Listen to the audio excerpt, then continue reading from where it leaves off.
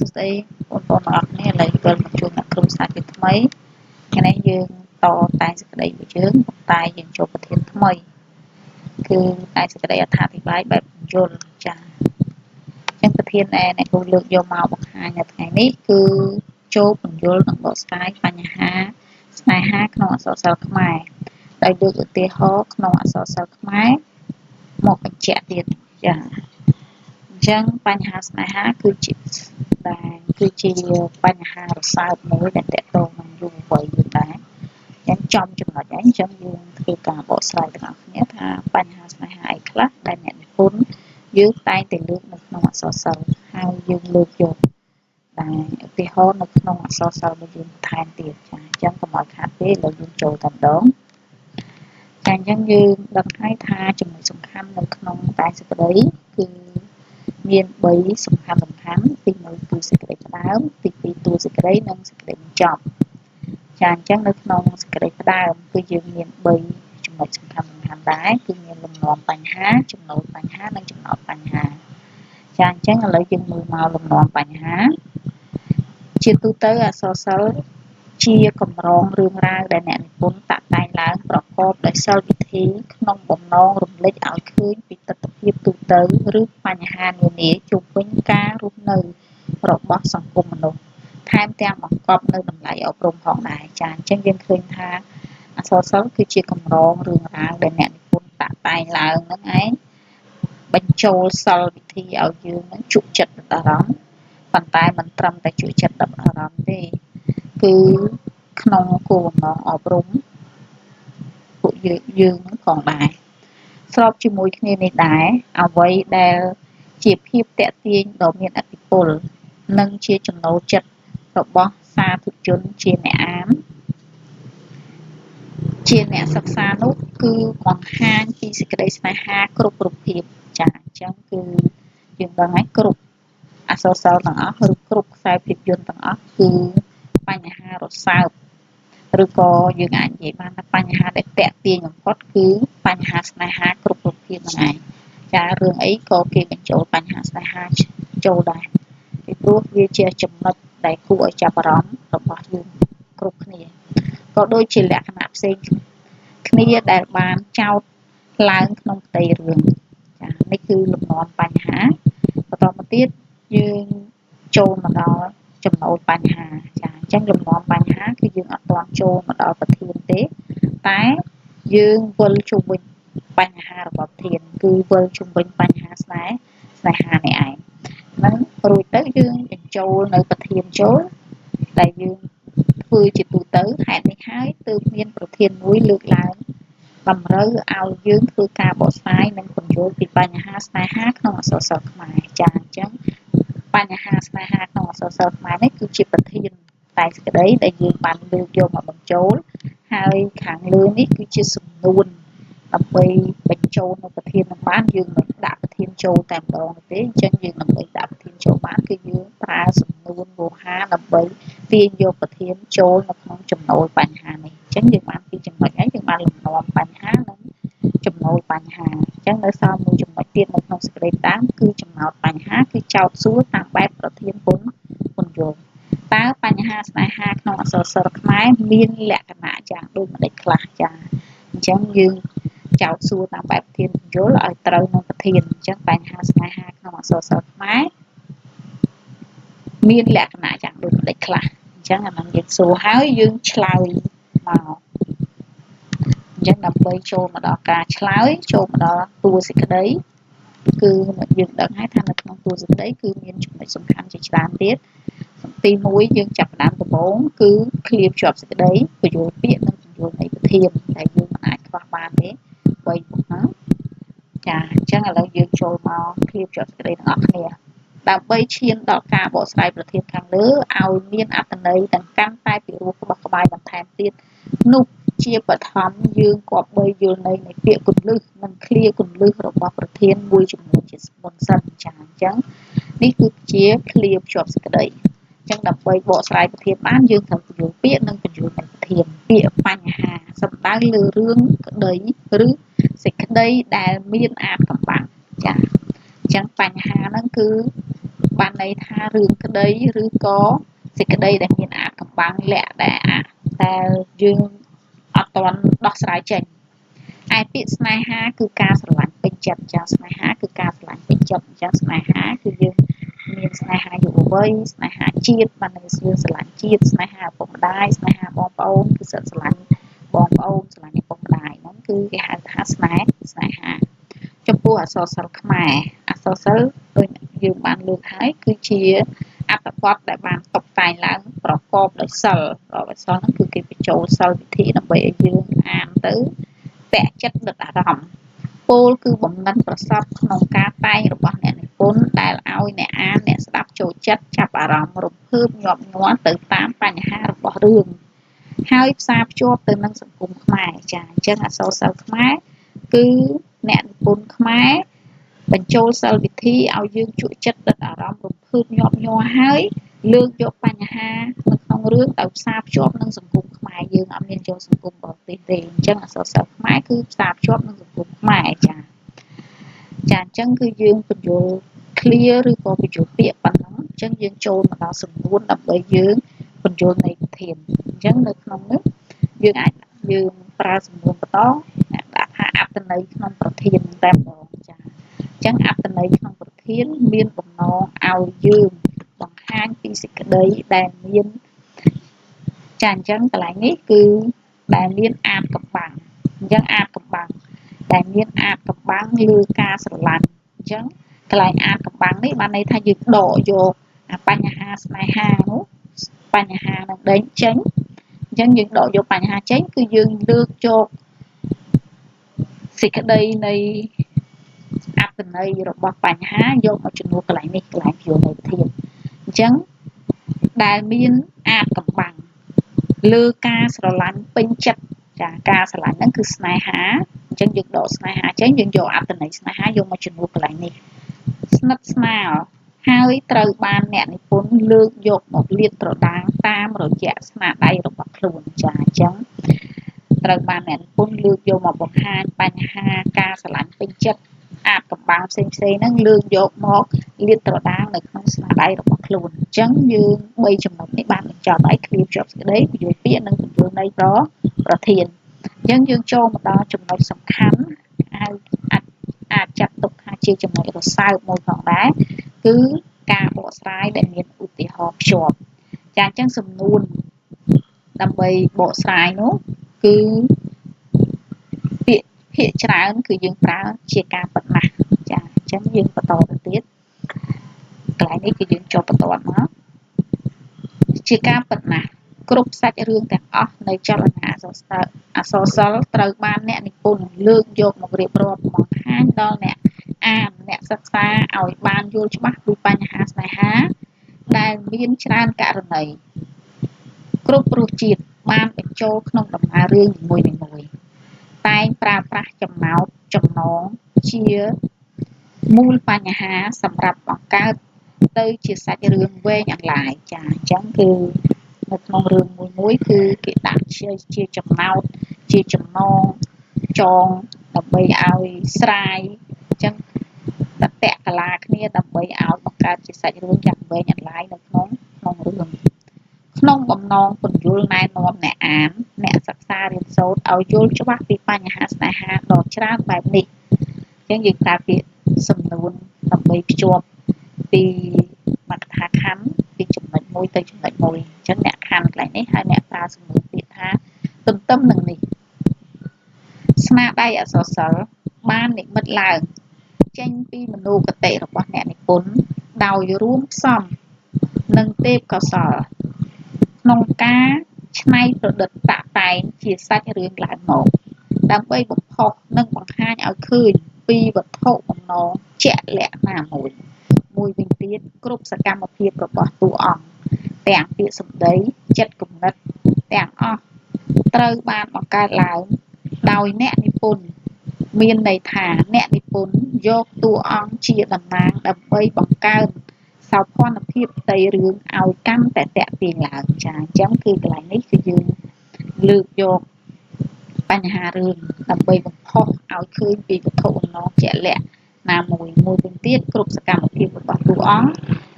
ទាំងពាក្យសម្ដីចិត្តគំនិតទាំងអស់ត្រូវបានបង្កើតឡើងដោយអ្នកនិពន្ធមានន័យថាអ្នកនិពន្ធនឹងឯងយកតួអង្គជាតំណាងដើម្បីបង្កើនសោភ័ណភាពរឿងឲ្យកាន់តែទាក់ទាញឡើងអញ្ចឹងតួអង្គនៅក្នុងហ្នឹងគឺសិតតែជាតំណាងឲ្យមនុស្សតំណាងដូចជាយើងឃើញថានៅក្នុងរឿងទុំទាវម្ដាយទាវតំណាងឲ្យម្ដាយទូទៅនៅក្នុងសម័យលង្វែកអីចឹងទៅចាអញ្ចឹងយើងបន្តទៅទៀតចំពោះបញ្ហាស្នេហាជាចំណុចរសើបមួយដែលធ្វើឲ្យសាច់រឿងមានភាពប្រទាក់ក្រឡាស្មុគស្មាញច្រើនឬតួអង្គត្រូវជួបបញ្ហាច្រើនអាស្រ័យលើបំណងអ្នកសរសេរផ្ទាល់ម្យ៉ាងវិញទៀតអាស្រ័យដោយអក្សរសិល្ប៍មានប្រភេទផ្សេងគ្នាដូចនេះចំណុចនៃបញ្ហាស្នេហាមានភាពខុសគ្នាដែរគឺមានបែបផែនទៅតាមទម្រង់ខ្លឹមសារនៃចលនាអក្សរសិល្ប៍ផងដែរចាអញ្ចឹងគឺយើងឃើញថាបញ្ហាស្នេហានៅក្នុងអក្សរសិល្ប៍ហ្នឹងឯងគឺមាន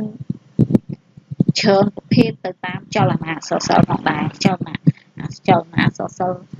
ពុទ្ធនិយមស្នេហាប្រភេទម៉េចចលនាអក្សរសិល្ប៍ព្រាហ្មណ៍និយមស្នេហាប្រភេទម៉េចចលនាអក្សរសិល្ប៍ខេមរនិយមស្នេហាប្រភេទម៉េចដែរចាអញ្ចឹងយើងបន្តទៅទៀតការរស់នៅក្នុងសង្គមអញ្ចឹងយើងឃើញការរស់នៅក្នុងសង្គមគ្រប់សម័យកាលធម្មជាតិរបស់មនុស្សសត្វពេលធំពេញវ័យត្រូវមានការបង្កកំណើតរវាងមេជីវិតញីនិងមេជីវិតឈ្មោលចាអញ្ចឹងសត្វមិនថាមនុស្សមិនថាសត្វរុក្ខជាតិគឺត្រូវតែមានការបង្កកំណើតបើសិនជាអត់មានការបង្កកំណើតទេគឺដាច់ពូជដែរអញ្ចឹងត្រូវតែមានការបង្កកំណើតដោយហេតុនេះហើយដោយហេតុនេះទើបធ្វើឲ្យស្រទាប់យុវវ័យគ្រប់ជាន់ថ្នាក់តែងតែមានទំនាក់ទំនងស្នេហាប្រុសស្រីជាមួយគ្នាយ៉ាងស្អិតរមួតចាអញ្ចឹងគឺយើងឃើញថាស្រទាប់យុវវ័យមិនថាស្ថិតនៅក្នុងវណ្ណៈណាទេគឺត្រូវតែមានទំនាក់ទំនងស្នេហាជានិច្ចនៅពេលដែលធំពេញវ័យដល់វ័យបន្តពុះចារហូតឈានដល់ការរៀបអាពាហ៍ពិពាហ៍តាមប្រពៃណី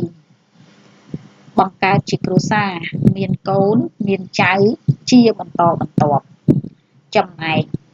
ឯនៅក្នុងគ្រួសារក៏មានក្តីស្រឡាញ់ប្រកបដោយព្រហ្មវិហារធម៌ផុសចេញពីក្រអៅបេះដូងពីមនោសញ្ចេតនាយ៉ាងជ្រាលជ្រៅរបស់ឪពុកម្ដាយជីដូនជីតាបងប្អូនកូនចៅញាតិសន្តានចាចំណែកឯក្នុងគ្រួសារក៏មានក្តីស្រឡាញ់មានព្រហ្មវិហារធម៌ដែរផុសចេញពីក្រអៅបេះដូងមនោសញ្ចេតនាយ៉ាងជ្រាលជ្រៅពីឪពុកម្ដាយជីដូនជីតាបងប្អូនកូនចៅនិងញាតិសន្តានបន្ថែមលើនេះទៅទៀតបន្ទាប់ពីមានសេចក្តីស្នេហាក្នុងគ្រួសារហើយការឲ្យតម្លៃគោរពស្រឡាញ់យកចិត្តទុកដាក់មានទំនួលខុសត្រូវថែរក្សាគោរពទឹកដីជនរួមជាតិទំនៀមទម្លាប់ប្រពៃណីសម្បត្តិធម្មជាតិសម្បត្តិវប្បធម៌ដែលជាមរតករបស់ដូនតាឲ្យបានថិតថេរគង់វង្សចាអញ្ចឹងមិនត្រឹមតែមានសេចក្តីស្នេហាក្នុងគ្រួសារទេបន្ថែមលើនឹងទៀតគឺមានសេចក្តីស្នេហានៅការយកចិត្តទុកដាក់ទៅលើទឹកដីជនរួមជាតិទំនៀមទម្លាប់ប្រពៃណីសម្បត្តិវប្បធម៌ដែលជាមរតកដូនតាដែរអញ្ចឹងគឺរក្សាឲ្យបានគង់វង្សដែរបើយើងក្រឡេកមើលស្នេហាក្នុងអក្សរសិល្ប៍ព្រាហ្មណ៍និយមជាស្នេហាកើតឡើងរវាងតួអង្គអាទិទេពនិងវីរនារីចាអញ្ចឹងនៅក្នុងព្រាហ្មណ៍និយមគឺស្នេហារវាងតួអង្គអាទិទេពនិងវីរនារីអញ្ចឹងយើងឃើញថាបុរសគឺជាបុរសអស្ចារ្យហើយស្ត្រីគឺជាវីរនារីដែរអញ្ចឹងស្នេហានៅក្នុងបែបព្រាហ្មណ៍និយមនោះយ៉ាងម៉េចឥឡូវយើងមើលទាំងអស់គ្នាដោយមិនមានការជល់អធ្យាស្រ័យនិស្ស័យចិត្តគ្នាជាមុនទេអញ្ចឹងគឺអត់មានស្រឡាញ់គ្នាមើលចិត្តខ្លាំងគ្នាជាមុនអីគឺអត់ទេបុរសនិងស្ត្រីបានគ្នាជាស្វាមីភរិយាដោយសារឥទ្ធិពលនៃមន្តអាគមចាអញ្ចឹងដែរបានគ្នាដោយសារមន្តអាគមណាខ្លាំងណាប៉ាកែបានហើយសិលសាស្ត្រស្របទៅនឹងទ្រឹស្ដីព្រហ្មនិយមដូចជានៅក្នុងរឿងរាមកេរ្តិ៍ព្រះរាមបាននាងសីតាជាអគ្គមហេសីព្រោះព្រះអង្គមានឫទ្ធិចេស្តាខ្លាំងពូកែលើកធ្នូរួចចាអញ្ចឹងលើកធ្នូរួចលើកធ្នូដែលសហឋានលើករួច1000នាក់ធ្នូហ្នឹងគឺមនុស្ស ព្រះរាមគឺមានឫទ្ធិចេស្តាខ្លាំងប៉ាកែអាចលើករួចក៏បាននាងសីតាធ្វើជាហេសីដោយឡែកបញ្ហាស្នេហាចំពោះជាតិក៏មានលើកឡើងផងដែរដោយឆ្លុះបញ្ចាំងតាមរយៈតួអង្គកុបកាក្នុងខ្លឹមសារនៃរឿងព្រះរាមបានបញ្ជាឲ្យពិភេកទៅបញ្ចុះបញ្ចូលកុបកាឲ្យចូលជាមួយនឹងទ្រព្យចាអញ្ចឹងកុបកាហ្នឹងគឺនៅជាមួយនឹងក្រុងរាមគឺតែនគររបស់កុបកាគឺក្រុងលង្កានៅពេលដែលក្រុងរាពណ៍នឹងឯងទៅចេះអត់ស្ដាប់បង្គាប់របស់ពិភេកអត់ស្ដាប់អីចឹងទៅពិភេកខឹងមកចុះចូលជាមួយនឹងព្រះរាមប៉ុន្តែនៅពេលដែលព្រះរាមប្រើឲ្យពិភេកទៅហៅកុបកាមកចុះចូលទៀតតែកុបកាគឺអត់ទេទោះបីជាមេដឹកនាំរបស់ខ្លួនទោះបីជាចៅហ្វាយនាយរបស់ខ្លួនគឺក្រុងរាពណ៍នឹងឯងខុសយ៉ាងណាក៏ដោយអត់មកចូលជាមួយនឹងព្រះរាមជាដាច់ខាតនឹងហើយគឺជាតែគំនិតស្នេហាជាតិរបស់កុបកាគឺអត់មានថាខាងនេះល្អរត់ទៅខាងនោះចោលផ្ទះចោលស្បែកអីគឺអត់តែម្ដងក៏ប៉ុន្តែឧត្តមគតិនៃកុបកាគឺមិនស្រាលដោយពិភេកឡើយអញ្ចឹងគឺអត់ស្រាលដោយពិភេកតែគាត់ទៅខឹងតែក្រុងរាមរត់ទៅចូលជាមួយនឹងព្រះរាមអត់ទេទោះបីជាខឹងយ៉ាងណាក៏ស្ម័គ្រស្មោះក៏នៅក្នុងនគររបស់ខ្លួនដែរចៅឆ្អឹងសុកចិត្តស្លាប់នៅក្នុងនគររបស់ខ្លួនមិនទៅចុះចូលជាមួយសត្រូវជាដាច់ខាតព្រោះគេបានពោលអះអាងយ៉ាងច្បាស់ថាទោះបីជាព្រះរាមមានអានុភាពខ្លាំងយ៉ាងណាហើយបើក្រុងរាមខុសយ៉ាងណាក៏ខ្លួនមិនព្រមទៅក្រោមការត្រួតត្រារបស់ព្រះរាមជាដាច់ខាតចាអញ្ចឹងដូចអ្នកនិយាយហ្នឹងទោះបីជាក្រុងរាមខុសយ៉ាងណាហើយនឹងព្រះរាមមានអានុភាពយ៉ាងណាក៏ដោយក៏កុបកាអត់ទៅស្ថិតនៅក្រោមការត្រួតត្រារបស់ព្រះរាមជាដាច់ខាតក្នុងន័យនេះបញ្ជាក់ថាទស្សនៈស្នេហាជាតិនៃតួអង្គកុបកាគឺពិតជាជ្រាលជ្រៅមិនអាចវាស់ស្ទង់បានដែលសូម្បីព្រះរាមជាអវតារក៏គ្មានសមត្ថភាពនឹងទទួលបានកុបកាជាសេនាឡើយហើយនៅតែរក្សាគុណធម៌ក្នុងនាមជាអ្នកនគរលង្កាពោលគឺមិនក្បត់ឧត្តមគតិចំពោះប្រទេសជាតិឯងគឺស៊ូស្លាប់ជាមួយនឹងជាតិតែម្ដងចាអញ្ចឹងទោះបីជាថ្នាក់ដឹកនាំនឹងឯងខុសយ៉ាងណាគឺអត់រត់ចោលជាតិទេគឺស៊ូស្លាប់ជាមួយនឹងជាតិរបស់ខ្លួនជាដាច់ខាតចានេះគឺជាឧត្តមគតិរបស់កុបកាដែលស្នេហាជាតិអញ្ចឹងយើងចប់នៅក្នុងស្នេហាបែបព្រាហ្មណ៍និយមហើយអញ្ចឹងយើងចូលមកស្នេហាបែបពុទ្ធនិយមម្ដងតើវាខុសពីព្រាហ្មណ៍និយមយ៉ាងម៉េចចំណែកស្នេហានៅក្នុងរឿងបែបពុទ្ធនិយមវិញកើតឡើងពីកម្មផលពីជាតិមុនជាស្នេហារវាងព្រះពោធិសត្វនិងកន្សែងសារីបុត្រចាអញ្ចឹងកម្មផលសាងជាមួយគ្នាពីជាតិមុនសាងផ្សងជួបគ្នាអីចឹងទៅអញ្ចឹងធ្វើសាងធ្វើបុណ្យជាមួយគ្នាផ្សងជួបគ្នាអីចឹងទៅហ្នឹងគឺស្នេហាបែបពុទ្ធនិយមស្នេហានេះជាស្នេហាដោយការសរជាតិដោយពុំមានការប្រត់ប្រាស់គ្នាឡើយមិនត្រឹមតែប៉ុណ្ណោះអក្សរសិល្ប៍ពុទ្ធនិយមសង្កត់ធ្ងន់ទៅលើបញ្ហាផ្ទាល់គឺប្រើសមត្ថភាពរបស់ខ្លួនជាគោលការណ៍គ្រឹះចាអញ្ចឹងប្រើសមត្ថភាពរបស់ខ្លួនជាគោលការណ៍គ្រឹះអញ្ចឹងដូចយើងដឹងស្រាប់ហើយថាអក្សរសិល្ប៍ពុទ្ធនិយមគឺគេឲ្យយើងប្រើសមត្ថភាពផ្ទាល់ខ្លួនដើម្បីដោះស្រាយបញ្ហាហើយដោះស្រាយបញ្ហាគឺដោះស្រាយដោយសន្តិវិធីមិនប្រើចម្បាំងមិនប្រើសង្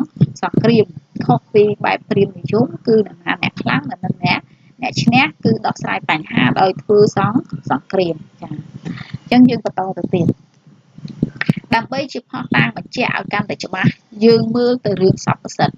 អ្នកទាំងពីរនេះបានគ្នាជាប្តីប្រពន្ធព្រោះកាលពីជាតិមុនលោតចូលភ្លើងជាមួយគ្នាចាហើយសច្ចាសូមឲ្យបានជួបគ្នានៅអនាគតជាតិអញ្ចឹងដែលលោតចូលភ្លើងជាមួយគ្នាគឺនាងសវណ្ណកេសរនឹងឯងបានលោតចូលភ្លើងនៅពេលដែលខឹងជាមួយនឹងប្តីទៅរកចំណីហ្នឹងហើយត្រូវផ្កាឈូកខោបចិត្តអត់អាចចេញមកបានហើយពេលនឹងឯងគឺមានភ្លើងឆេះព្រៃភ្លើងឆេះព្រៃឆេះទាំងកូនហើយឆេះកូនស្លាប់ទៅនៅពេលដែលស្វាមីនឹងឯង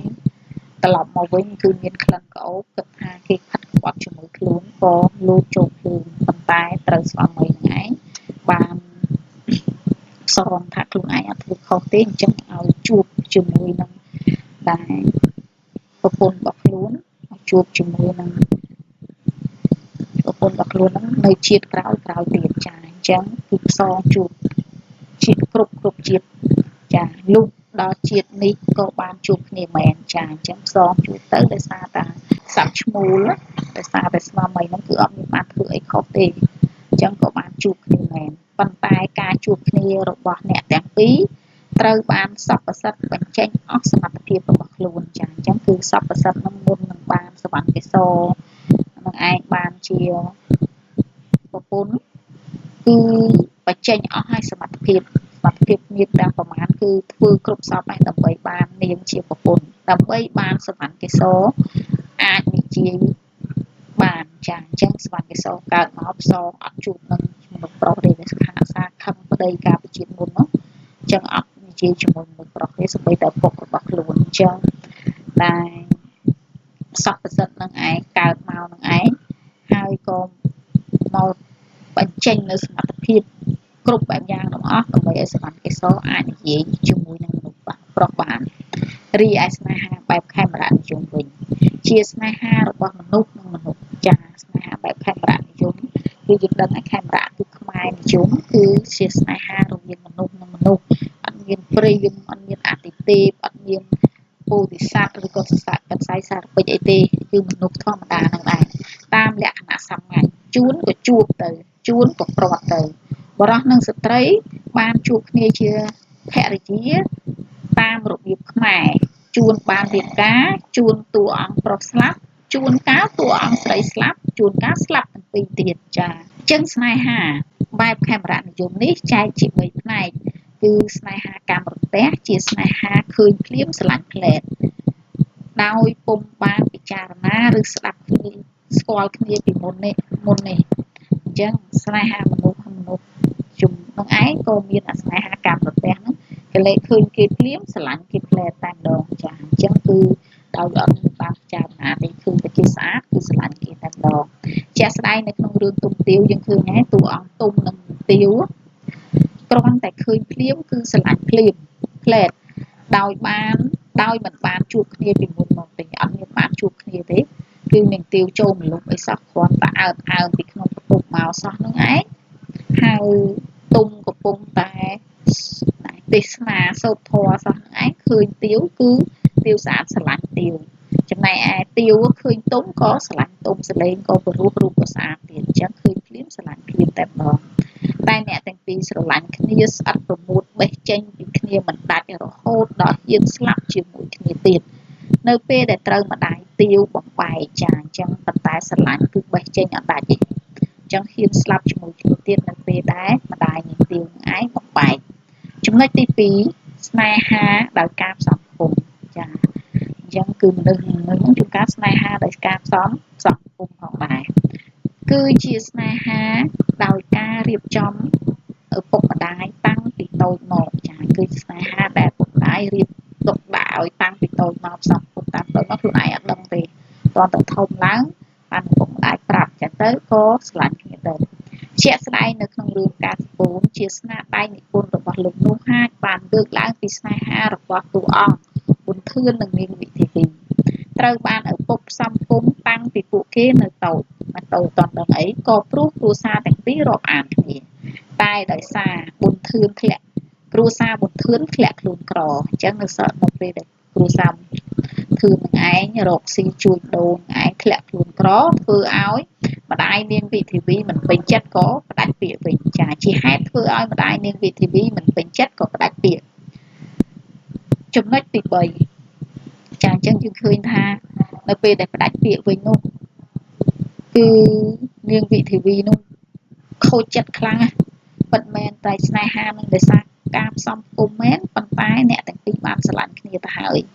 ដល់ពេលកំពុងតែស្រឡាញ់គ្នាយល់ចិត្តគ្នាបែរជាម្ដាយផ្ដាច់ពាក្យទៅវិញប៉ុន្តែទ្រាំរស់ជាកូនកតញ្ញូអត់ហ៊ានតវ៉ាអត់ហ៊ានប្រកែកជាមួយឪពុកម្ដាយក៏ឈឺចិត្តស្អិតទ្រូងរហូតដល់គូឈាមស្លាប់ទៅចាអញ្ចឹងយើងចូលដល់ចំណុចទី3គឺស្នេហាដោយការតស៊ូជាស្នេហាដែលកើតឡើងដោយបុរសនិងស្ត្រីតស៊ូស្រឡាញ់គ្នាជំនះគ្រប់ឧបសគ្គដូចជារឿងសុផាតជាស្នាដៃនិពន្ធរបស់លោករីងគីននាឆ្នាំ1937 អ្វីដែលបានបង្ហាញពីសកម្មភាពរបស់សុផាតនិងនាងម៉ានយ៉ានចាអញ្ចឹងគឺសុផាតនិងនាងម៉ានយ៉ានតស៊ូជាមួយគ្នាទៅមកបាននេះគឺវេទនាខ្លះសុផាតគឺជាក្មេងកំព្រាម្ដាយតាំងពីតូចចាអញ្ចឹងសុផាតពិតពីរៀនម្ដាយតាំងពីតូចណាប៉ុន្តែកើតមកបានប្រហែលថ្ងៃម្ដាយស្លាប់ចោលបាត់ទុកស្លាប់ចោលបាត់ត្រូវបានញាតិជិតខាងនិងព្រះសង្ឃជួយចិញ្ចឹមបីបាច់ថែរក្សារហូតបានធំហើយតាមរកឪពុកនៅភ្នំពេញអញ្ចឹងបានធំហើយបានមកតាមរកឪពុកនៅភ្នំពេញទៀតអត់ដែលស្គាល់ឪពុកសោះមកតាមរកពេលបានជួបឪពុកហើយមិនស្គាល់ថាជាឪពុកទៀតអញ្ចឹងបានជួបឪហើយមិនស្គាល់បើខ្លួនឯងអត់ដែលស្គាល់ឪខ្លួនឯងផងចាជីវិតរបស់សុផាតមានការតស៊ូខ្លាំងណាស់រហូតបានជួបនាងម៉ានយ៉ានហើយអ្នកទាំងពីរមានចិត្តលើគ្នាទៅវិញទៅមក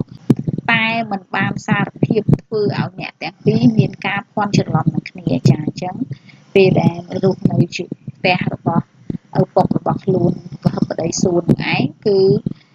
បានជួបនឹងនាងម៉ានយ៉ានដែលជាកូនចិញ្ចឹមរបស់ឪពុករបស់ខ្លួននឹងឯងស្គាល់គ្នាគឺស្រឡាញ់គ្នាទៅវិញទៅមកប៉ុន្តែអត់ហ៊ានសារភាពទេអត់មានបានណាម្នាក់សារភាពទេសុផាតគិតថាខ្លួនឯងនឹងទៅទៀបអត់ហ៊ានសារភាពដល់ពេលនាងម៉ានយ៉ានគិតថាគេមិនស្រឡាញ់ខ្លួនគឺជាមនុស្សតែមិនល្អអីចឹងទៅដោយសារការយល់ច្រឡំចំណែកនាងម៉ានយ៉ានវិញពិតជាមិនបានសារភាពប្រាប់សុផាតមែនតែនាងមានចិត្តស្មោះជាមួយនឹងសុផាតយ៉ាងខ្លាំងអញ្ចឹងគឺដឹងថាសុផាតនឹងឯងលូតទឹកសម្រាប់ខ្លួនប៉ុន្តែតាមពិតមិនមែនទេតែគ្រាន់តែថាការយល់ច្រឡំទៀតកន្លែងហ្នឹងអញ្ចឹងនាងម៉ានយ៉ានអត់បានសារភាពប្រាប់សុផាតមែនប៉ុន្តែគឺស្មោះជាមួយសុផាតណាគឺមិនសុខចិត្តមិនរៀបការជាមួយនឹងមនុស្សដែលខ្លួនឯងមិនស្រឡាញ់ទេគឺនាងសុខចិត្តស្លាប់ដោយការលូតទឹកសម្រាប់ខ្លួនព្រោះតែនាងមិនព្រមរៀបការជាមួយមនុស្សដែលខ្លួនមិនស្រឡាញ់ជាដាច់ខាតចាអញ្ចឹងគឺក្រៅពីសុផាតគឺនាងមិនយល់តែម្ដងសុខចិត្តស្លាប់ចាប៉ុន្តែអត់បាន